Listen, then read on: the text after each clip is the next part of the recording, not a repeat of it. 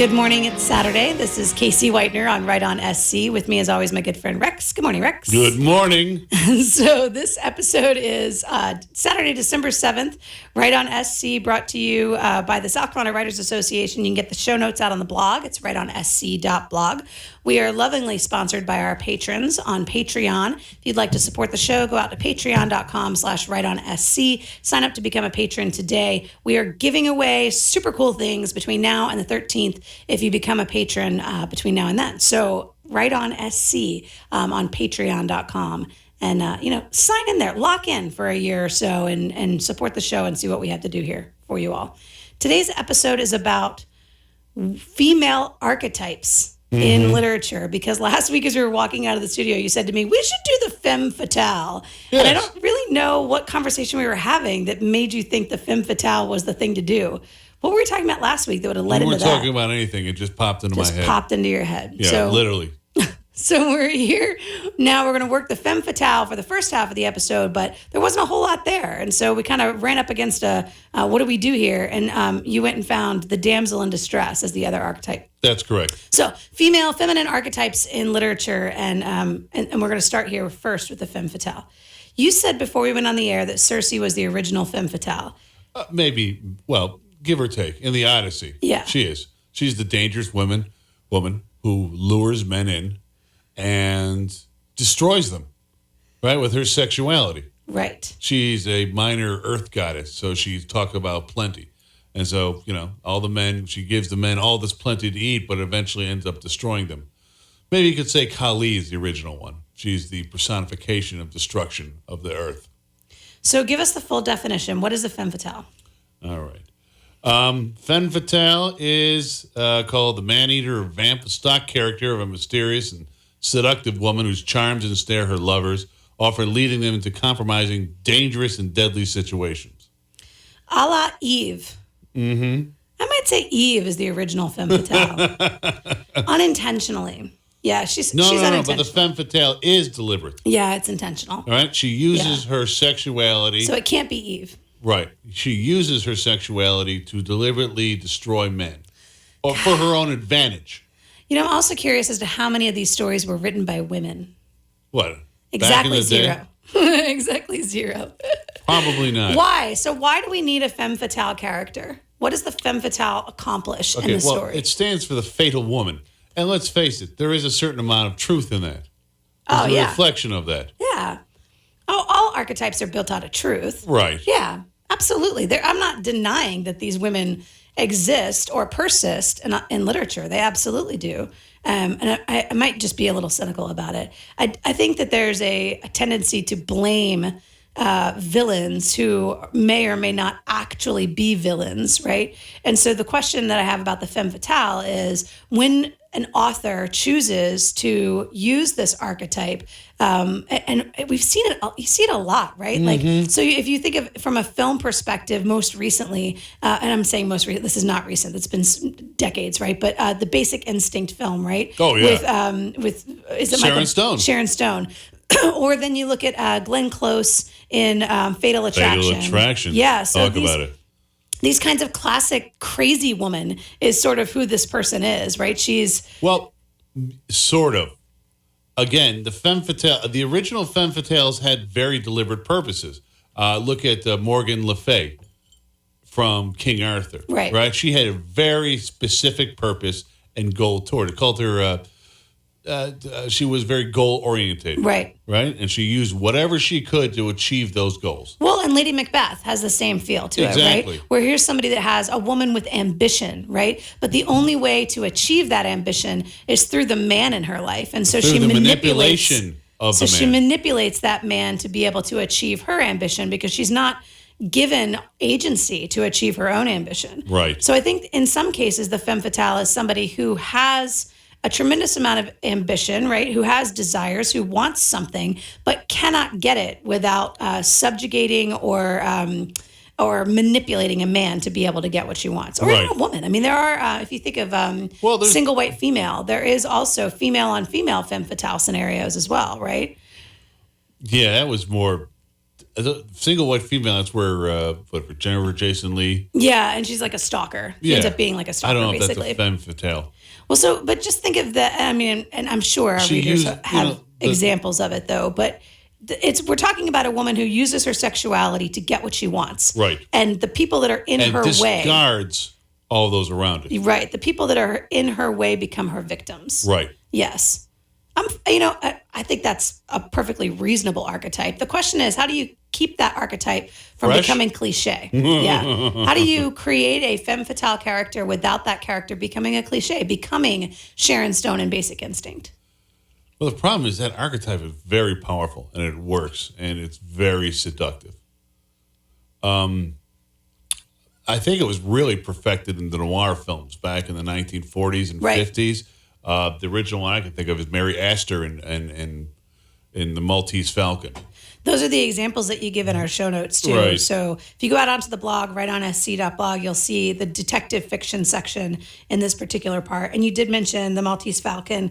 But you mentioned, too, who is it? Jean Tierney as Helen or Ellen Brent Harland in Leave Her to Heaven. I don't even know what Leave Her to Heaven is. That's a noir film. They're all noir films. But Rita Hayworth and Gilda? Yeah. Wow, Gilda's a classic. Mm-hmm. Yeah, that's a good one. But see, I always felt like Gilda, the character of Gilda, was, while she may have been intentionally a femme fatale, I also feel like she didn't have a choice. Right. She sort of got pushed into that role. She kind of...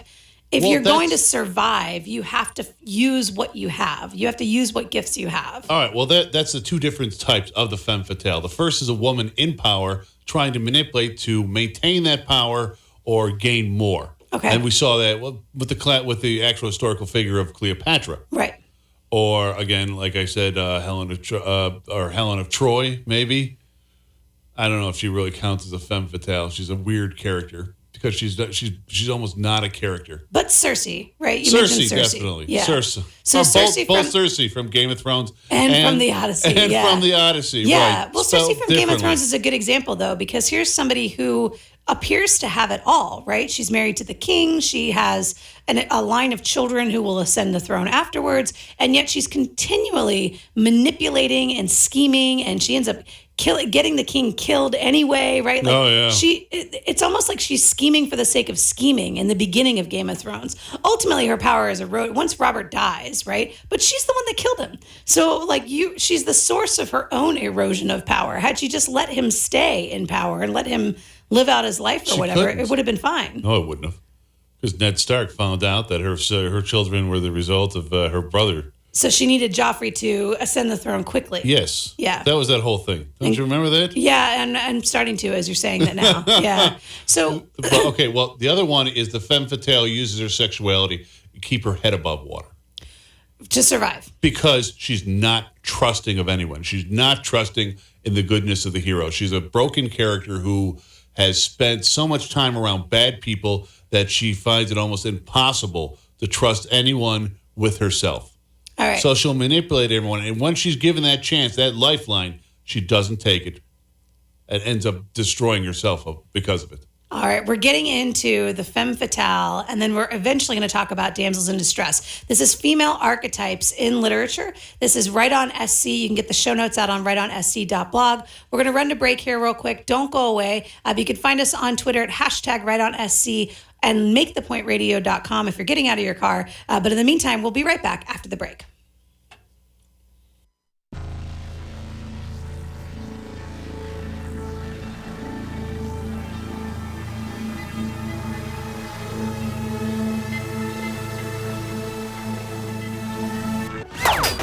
Columbia's local talk radio experience. The Point. Now at 100.7 FM and 1470 AM.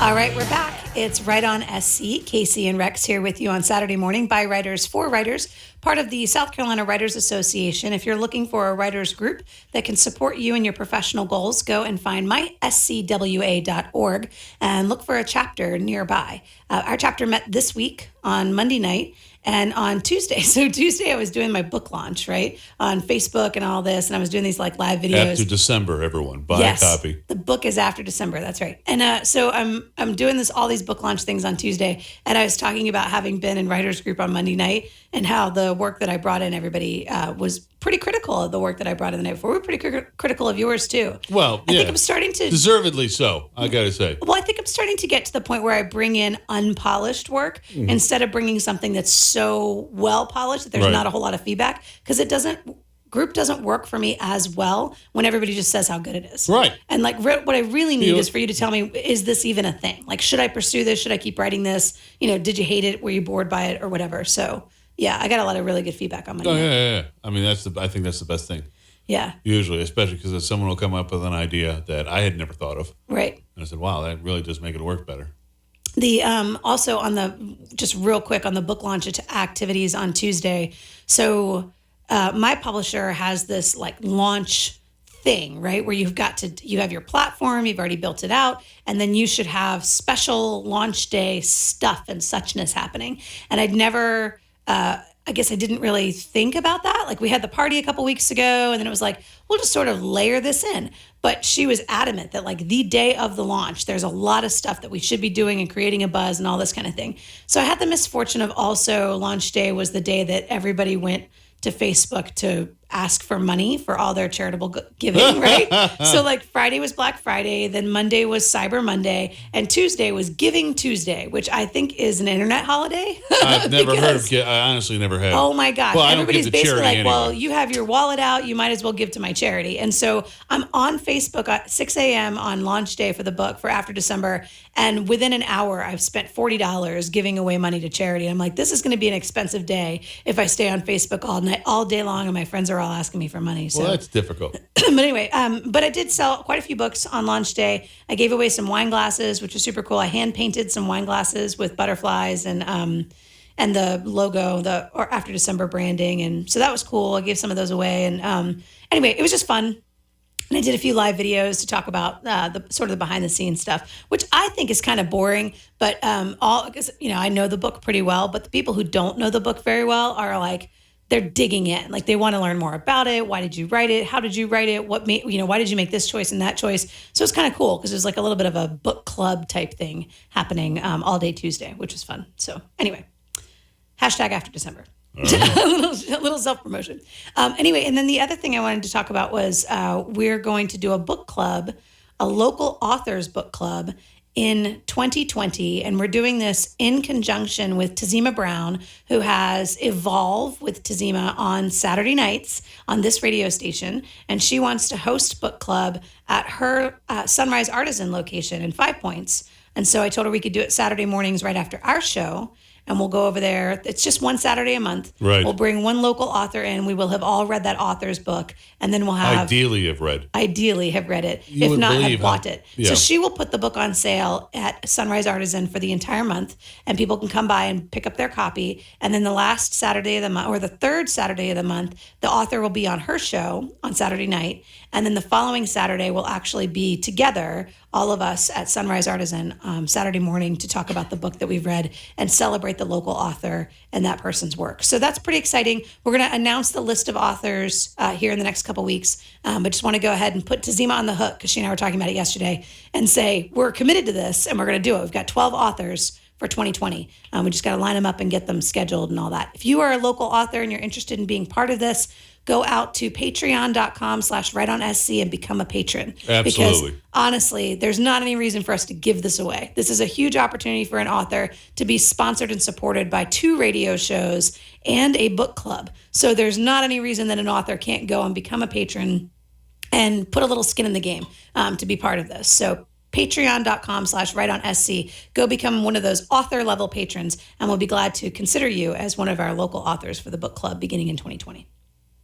Excellent. Yeah, I'm looking forward to it, actually. It should be good. It should give Well, us a chance you know- to read outside of our normal genre that we Right. typically read in, and meet some other local authors here in the state. and all That's that. what I'm really looking forward to, because, Yeah. the problem with writing is it's so isolating.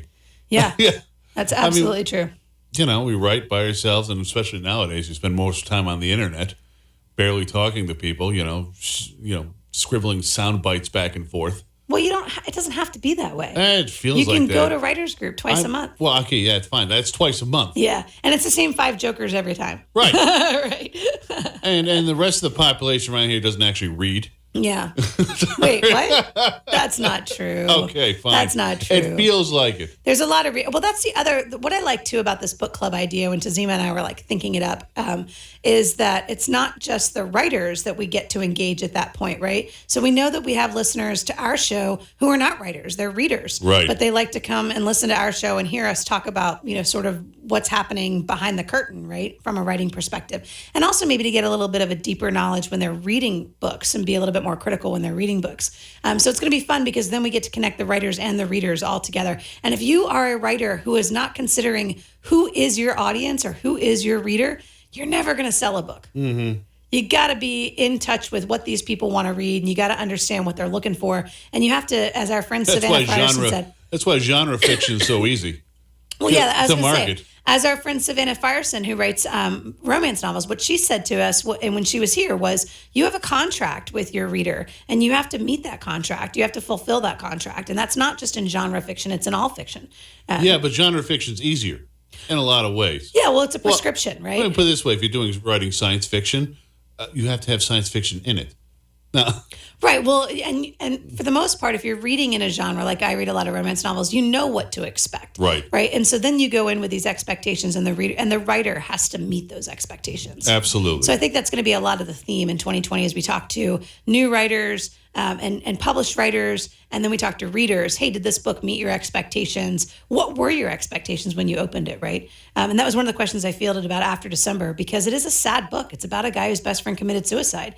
And it's tough. It's hard to get through it. But I think there's a payoff. And one of the reviewers... Is there a femme fatale character in it? There's not a femme fatale. Is there a damsel in distress? You're right. You know what? Bring it back. Bring it back, Kasie, to the topic of the show. I'm with you. I'm with you. I'll take that gentle nudge. Back we go to the femme fatale Not topic that of the gentle. show. Okay, so yeah, all right. Heard. Okay, so the femme fatale. So what we were talking about before we went to the break was the femme fatale in fiction, but we have a section in the show notes too that talks about the femme fatale in Gothic. So explain to our listeners about the Romanticism period and why the femme fatale figure sort of emerges in that period. Well, why do we see that? The Gothic era is a very odd era because it's sort of a nostalgic reflection of a previous time that didn't really exist. It's sort of like the crumbling idea of chivalry from, let's say, the 16th century transplanted into the 18th and 19th century. Right. So that's why you get these towering works filled with atmosphere describing the destruction of a previous way of life. The biggest one for me is always the fall of the House of Usher. I was just about to say fall of House of Usher. When you think of something that's crumbling or it's in disrepair or it's been ignored for a long period of time, that's easily the archetype. And that's always the tragic romance that goes along with it. Right. Remembering what things used to be and how wonderful they were. And what's interesting about the romantic... in an aristocratic sense. What's interesting about the Romantic era, though, is the people who are doing that remembering, they weren't really there, right? Like they don't, and especially the goth nowadays. So it's nostalgia of a previous nostalgia that was incorrect in the beginning, right? But nostalgia for nostalgia, right? And it's our version of the Wild West, right?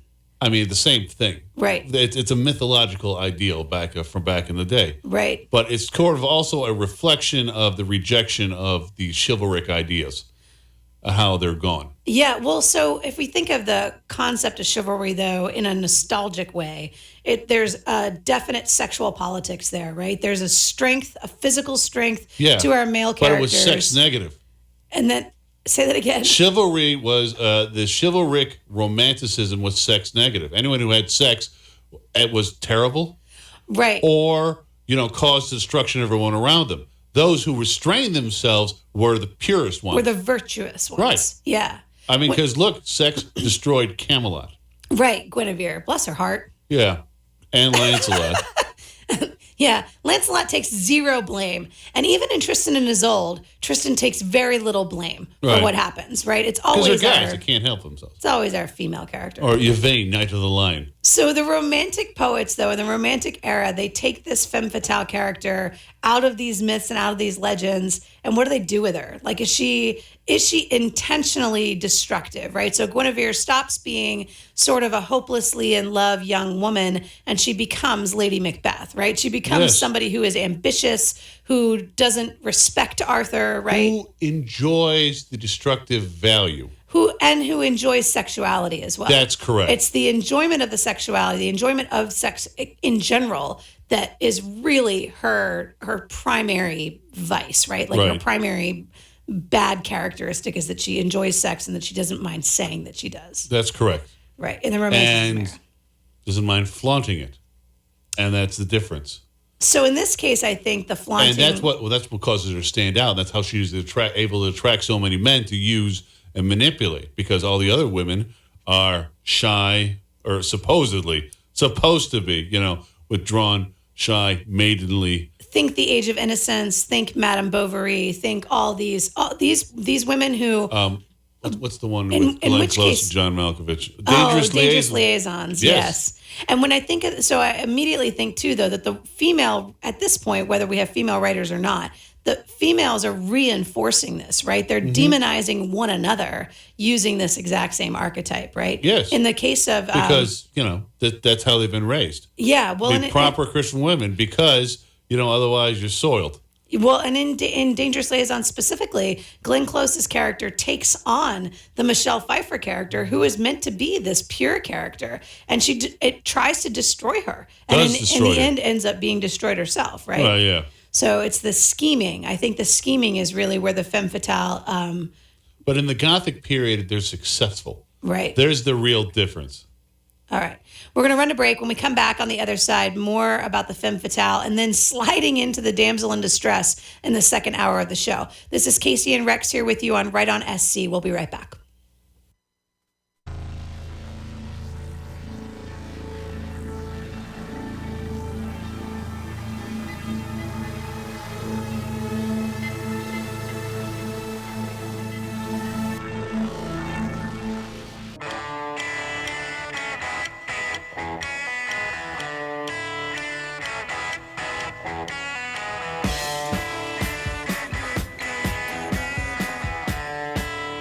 This is WriteOnSC. It's Kasie and Rex here with you on Saturday morning, and we're giggling as we come in from the commercial break. So welcome to the show. You can get the show notes out on WriteOnSC.blog. Today's episode has been about the femme fatale, and we're supposed to get to damsel in distress here in the second half of the show. But we had this really great off-air conversation that I want to revive. So my question to Rex as we went to break was, okay, the femme fatale knows what she's doing, right? This is not an unintentional behavior. No. And so I wanted to know, is there a story that's written from the femme fatale's perspective? And of course there is, which is the classic Gone with the Wind. We think Gone with the Wind very much is written from the femme fatale's perspective, and we think it's because Scarlett O'Hara is, of course, she's our primary character. We have empathy for her because of this unrequited love she has for Ashley Wilkes, and yet she leads two husbands to their death. And doesn't care. And does not care. She marries the one to make Ashley Wilkes jealous, and the second one for money. Right. And she lies. She lies about her own sister. You got to wonder why that guy didn't get angry. Right. When the woman he actually wanted to marry finds out she didn't marry someone else to begin with. Right. And you can keep that from him when you're in that era, right? It's not like he's just got to go to Facebook and see that she's still single. You know what I mean? Like, they lived in the same house. Yeah, in that era, she's able to make this lie true for Sue Ellen. But so when we think about Scarlett's willingness to use other people to get what she wants, right? She uses Frank Kennedy. She doesn't trust that Sue Ellen's going to marry Frank and take care of the family. So instead, she marries Frank and uses that money to pay the taxes. But before that happens, she goes and asks Rhett Butler for the money to pay the taxes. And he says to her, and this is what I was telling you, I was thinking about it this morning. He says to her, "You're not worth $300. You'll never be anything but misery to any man." Yet he still falls for her. Oh, yeah. He marries her eventually, right? Because he'll be different. He'll be different. Yeah, he thinks he can change her. He thinks that he can, that he will be the person that she grows up and grows old with. The shining knight in armor. And in the end, she is still lusting after Ashley to the very end. Right. And can't convince Rhett that that's not going to always be the case. Right. But yeah, certainly from her perspective, Scarlett O'Hara is our femme fatale who has, in that case, agency, but also she's the protagonist. In most cases, our femme fatale is going to be the antagonist. Well- so if you're writing the femme fatale, this is the other question I had for you. Do you have to know? Do you have to tell the reader from the very first bit that this femme fatale is introduced that this is who this woman's going to be? I don't think so. I think usually that's the traditional way, right? The stunning thing, all eyes turn to her, that sort of idea. Right. Because the traditional femme fatale uses that sexuality and wants that attention, automatically draws it in. Right.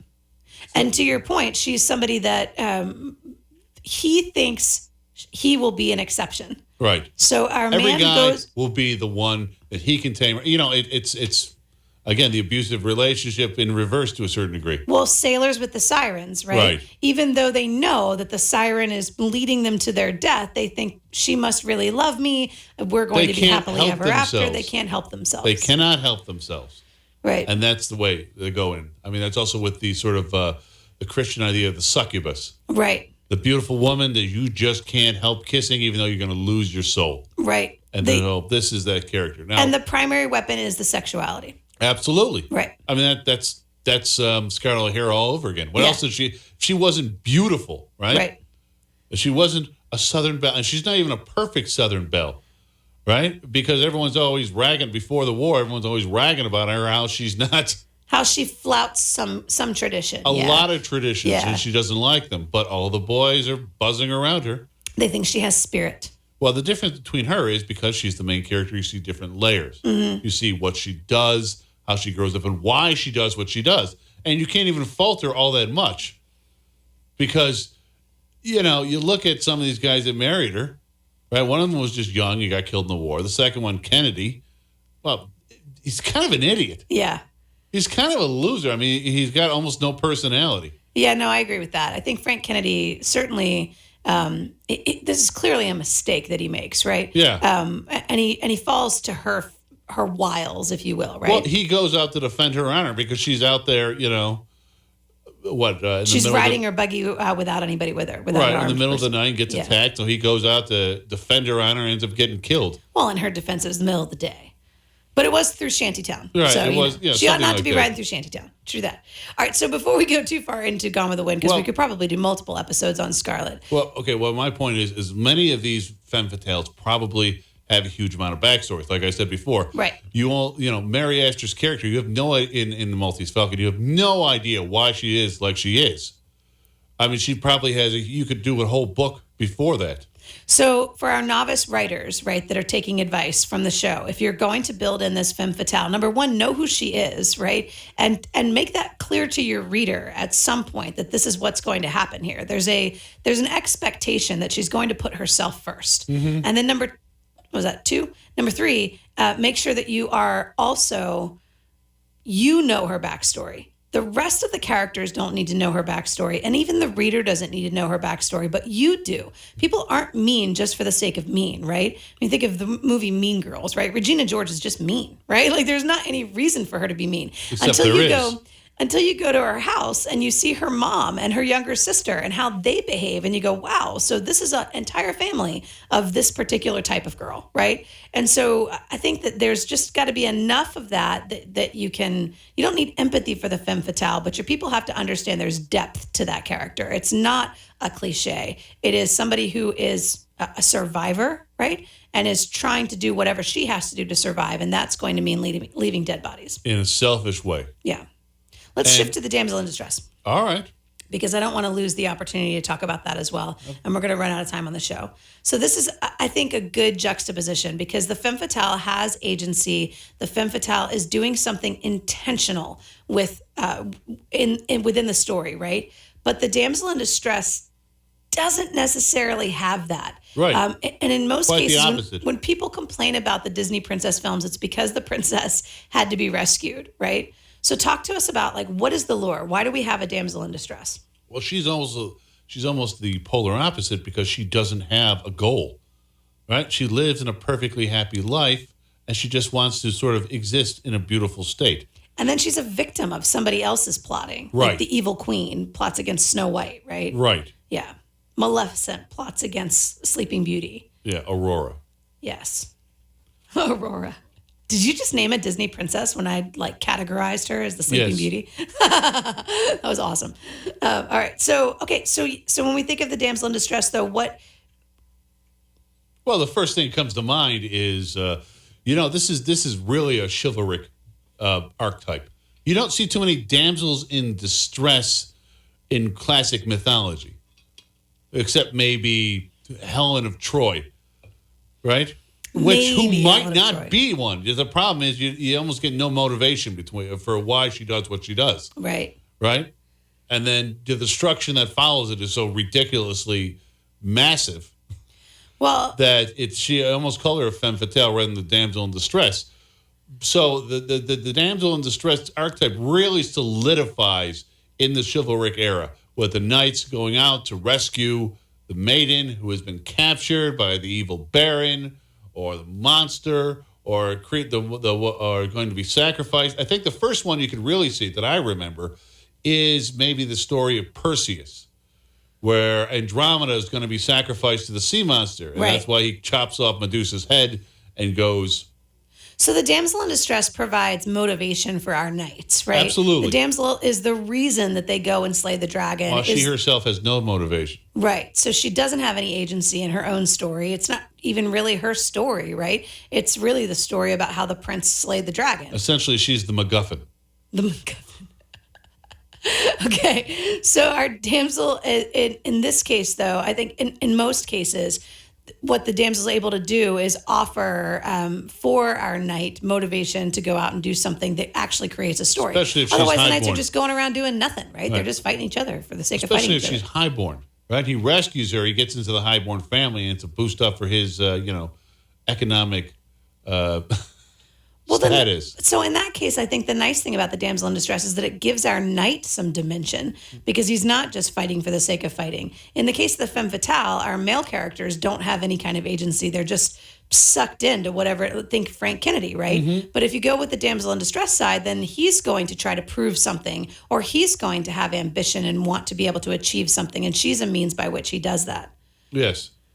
In fact, she's the portal for his greater life. All right. We're going to run to break here in just a second. And as we do that, I want to remind people about the show notes. You can get them out on WriteOnSC.blog. We're also working a special offer for people who sign up to be patrons for the show. In these 2 weeks, you're going to get some extra special goodies. But being a patron of the show also means you get extra content, including behind-the-scenes stuff. So you're going to go to patreon.com/WriteOnSC to sign up there. We'll be right back after the break. This is 100.7 The Point. Dave Ramsey. If your wife can't get you to save a few bucks, maybe he can. Weekdays from 2 to 4 on 107 The Point. The majority of your power bill is from heating, cooling, and your hot water. That's where Water Furnace saves you the biggest bucks. It's far more efficient and much longer lasting than an ordinary heating and cooling system. Water Furnace saves you money from day one. Now's the best time to call Water Furnace. A 25% state tax credit and 30% federal tax credit on installation. If you need to replace your unit, call Water Furnace. Online at palmettogeo.com or call 691-9470 for Water Furnace. When's the last time you rewarded your car with a visit to Frank's Car Wash? Frank's is family-owned and a part of the Midlands community since 1973. With 10 convenient locations in the Midlands, your vehicle will get the very best care. Hey, have you heard about Frank's Exterior Unlimited Wash Club? For only $20 a month, an exterior wash every day you want one. 3 membership levels available. Learn more at frankscarwash.com or visit any location for more details. Everyone loves a clean car. Everyone loves Frank's Car Wash. Listen to The Point 24/7, anywhere and anytime. That's the technology of today. MakeThePointRadio.com. Brought to you just up the road by Wilson Automotive.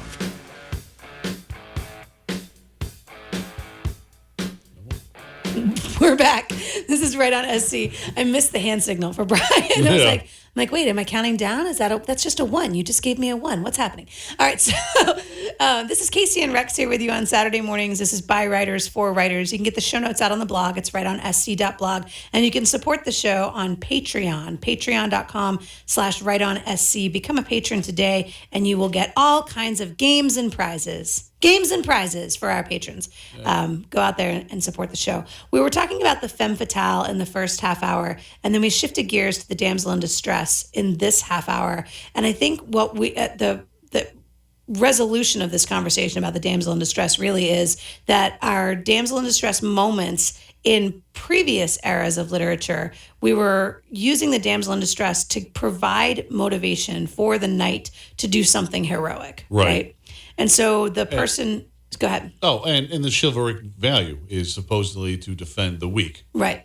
Right. And so in that case, our damsel had no agency of her own. She had no agenda of her own. She was not a protagonist. Personality. No personality. She's not a protagonist in any way. And this is the traditional criticism of Disney princess films like Snow White and Sleeping Beauty and even Cinderella, is that individual, the girl, has to get rescued. You know, the prince doesn't have much personality either. He just goes after the fate. The only people who have personality in those old Disney films were the villains. Or the side characters, right? Like the dwarfs, right? Or the mice in Cinderella. They all have personalities. Yeah, they all have personalities, but the main characters are just, silhouettes, right? They're wax dummies. Yeah, cliche. Right. I mean, that's why you remember, in Pinocchio, you remember all the villains. Actually, Pinocchio is a little bit different because everyone had personality in the Pinocchio. There's even a lot of Geppetto, personality in right? Pinocchio. Except for the blue fairy. That's why she stands out. So when we think about, the blue fairy, the female character. Yeah, the primary female character has zero agency and zero character. But except she makes everything happen. Right. She just has magic. She's the magic. She's the Earth Mother. So the Earth Mother. She is. She brings him to life and then turns him into a real boy. Got to go back to our hero episodes where we talked about the goddess, right? And the influence of the goddess in the hero's journey. And if you were to make an argument that Pinocchio is in fact a hero's journey story, and I think you probably can, then the goddess is the blue fairy. Yes. And she does in fact make everything happen. You're right. She does. And actually, if you want to, you should read the original Pinocchio story. So some of the challenges, I think, though, with the maiden or the damsel in distress is that the fears that she's experiencing are manufactured, right? That what's the outcome is she dies, right? Right. So is forced to marry someone she doesn't want to. Right. Well, yeah. So if you think of some more modern fairy tales where she's trapped in an experience that she doesn't want to have, right? Right. Maybe it's Fiona from Shrek, right? Or Belle from Beauty and the Beast. Yeah, Gaston. Mm-hmm. Yeah. So when we think of Belle doesn't have too many good choices, does she? No, she really doesn't. So the damsel in distress, though, in previous eras have been like, we're going to fix this at the end of the story when she gets rescued. But now I think that we're seeing damsel in distress as a situation that creates an imbalance between our characters where she needs help, he helps her, and now in some way she owes him. And because she owes him, or she wants to make it right, or she wants to prove that she doesn't always need his help, that's where the dynamic of the story really starts to pick up steam. Mm-hmm. And the flip can be true as well. You can see him in trouble and he needs help and she fixes it for him, in which case that balance. That's more the Greek mythology, because that's the story of like Theseus as he's going into the labyrinth to kill the Minotaur. The daughter of Minos gives him the string and dagger, otherwise he wouldn't survive. Right. Or Jason, as he's going for the golden fleece, the daughter of the king helps him out, and then of course that's Medea. Right. And of course later on they both get dumped by their guys. Jason dumps Medea.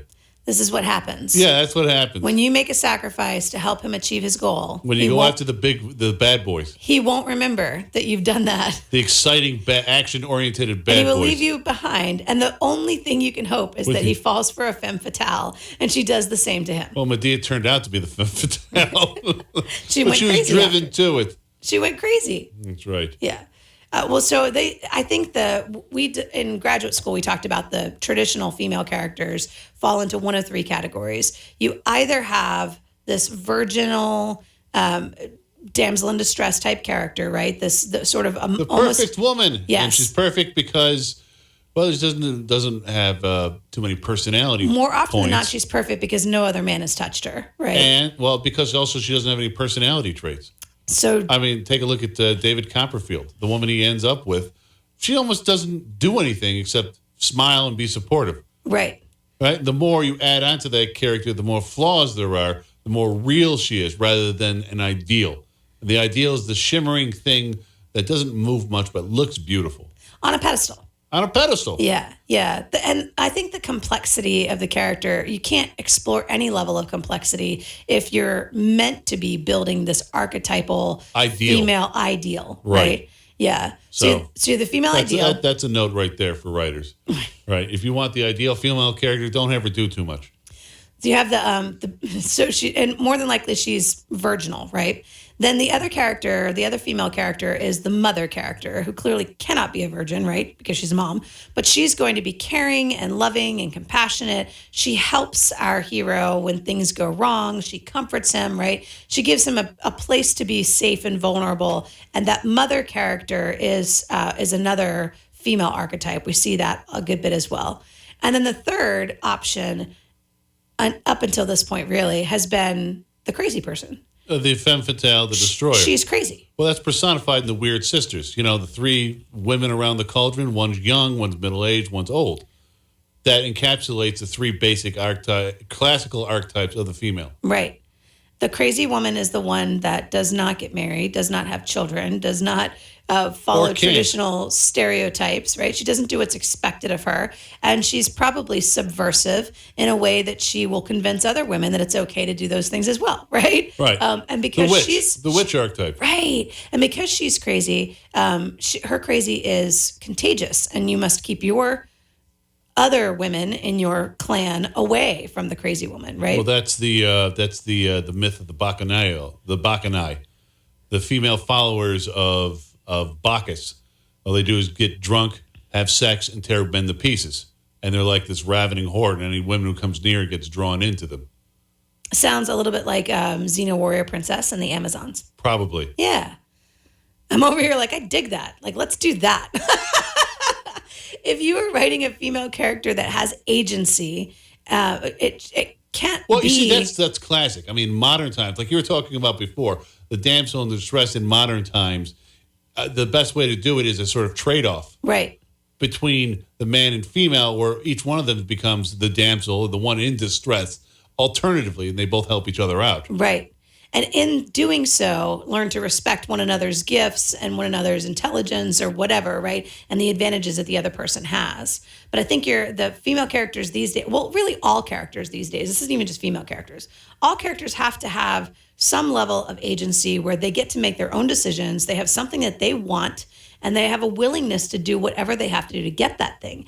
And if you're creating characters that don't have that are simply waiting around to be rescued, right? Or characters that are hateful and vengeful just for the sake of being hateful and vengeful. There's no underlying motivation to be those things. That's when you're in stereotype mode. Right. That's when you run up against like this character has no depth. It's just a stereotype. Well, he's got no reason to do what they are. Right. Exactly. So then eventually you can do the reveal. I kind of think of it like Miss Havisham in Great Expectations, and she's training. What's the girl's name? Estelle. Right. Right, to be Eve, to be the femme fatale. He's training her. She uses David Copperfield as a testing ground for this little girl, so she can manipulate him and break his heart because that's what she wants to do. Right. And you have no idea why she's doing this. She just seems like a crazy old woman. Right. And then until you learn. Have you read Great Expectations? No. Oh. Well. Okay, I was wondering this lack of. Tell us more. Okay. Tell us well, more. you learn why she is what she is.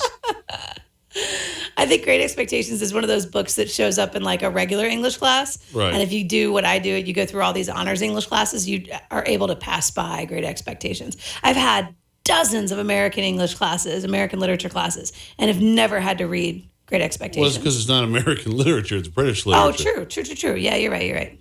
You should check it out. I've only had 2 British literature classes. that's the example of the femme fatale and how she becomes the femme fatale. You see that from a child building on up. I think I might set myself that as a goal for 2020 is to read it's one of his at least 4 classics that I haven't yet read. It's one of his shorter books too. Oh, even better. Yeah, it's not the 800-page. It's a guy that David got paid by the Copperfield. word. I think it's like 250 pages, something like that. He's a guy that got paid by the word. You Yeah, gotta, well, yeah, you I gotta don't hold him blame him. responsible. I have read A Tale of Two Cities, right? All right. So, it's not that I've not ever read anything by Dickens. You It's ever read just- the Red Badge of Courage? Yeah. Okay. Yeah. Well, that's Crane. That's not Dickens. I know. I'm just saying, you're looking for classics. Yeah. No, I'll make my own list. I'm good. Fine. Well, make one of them Great Expectations. Okay, I will. I'll add that. Or to just the list. watch the movie.